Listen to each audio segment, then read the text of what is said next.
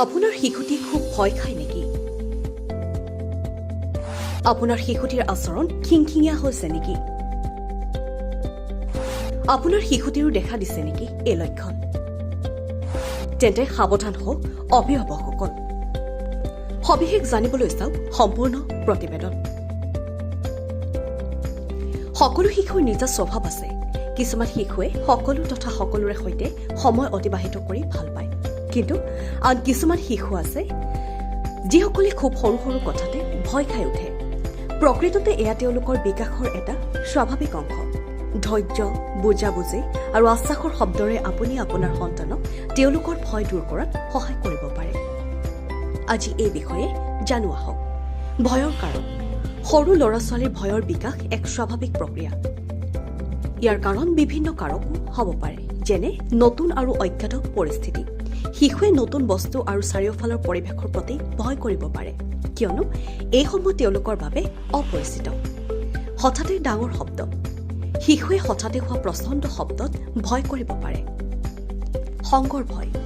শিশুৱে তেওঁলোকৰ পিতৃ মাতৃৰ পৰা পৃথক হোৱাৰ বাবে উদ্বিগ্ন অনুভৱ কৰিব পাৰে, যিটো এটা মুখ্য কাৰণ হয়। আন্ধাৰৰ ভয়। আন্ধাৰত কিবা দেখা বা বুজি পোৱাত অসুবিধা হোৱাৰ বাবে শিশুৱে ভয় খাব পাৰে। শিশুৰ ক্ষেত্ৰত ভয়ৰ লক্ষণ। শিশুৰ ক্ষেত্ৰত ভয়ৰ কিছুমান সচৰাচৰ লক্ষণ দেখা দিয়ে, যাৰ ভিতৰত আছে ৰাতি সাৰ পোৱা। শিশুৱে প্ৰায়ে টোপনিত হঠাতে সাৰ পায় আৰু কিবা ভয় লগা অভিযোগ কৰে। পিতৃ মাতৃৰ সাৱটি লোৱা। শিশুৱে ভয়ৰ বাবে পিতৃ মাতৃৰ ওচৰত থাকিবলৈ বিচাৰে আৰু তেওঁলোকৰ পৰা আঁতৰি যাবলৈ উদ্বিগ্ন হয়। শাৰীৰিক লক্ষণ। ভয়ৰ বাবে শিশুৰ ক্ষেত্ৰত ঘাম ওলোৱা, দ্ৰুত হৃদস্পন্দন, তোতোলা বা কঁপনি দেখা যাব পাৰে। খেলিবলৈ বা বাহিৰলৈ যাবলৈ অনিচ্ছা। শিশুৱে খেলৰ সময়ত নতুন ঠাইলৈ যাবলৈ বা আনৰ সৈতে সংযোগ কৰিবলৈ ভয় কৰিব পাৰে। হঠাতে খং বা কান্দোন। এক নিৰ্দিষ্ট পৰিস্থিতিত শিশু এটাই বাৰে বাৰে কান্দিব পাৰে বা খিংখিঙীয়া হ'ব পাৰে।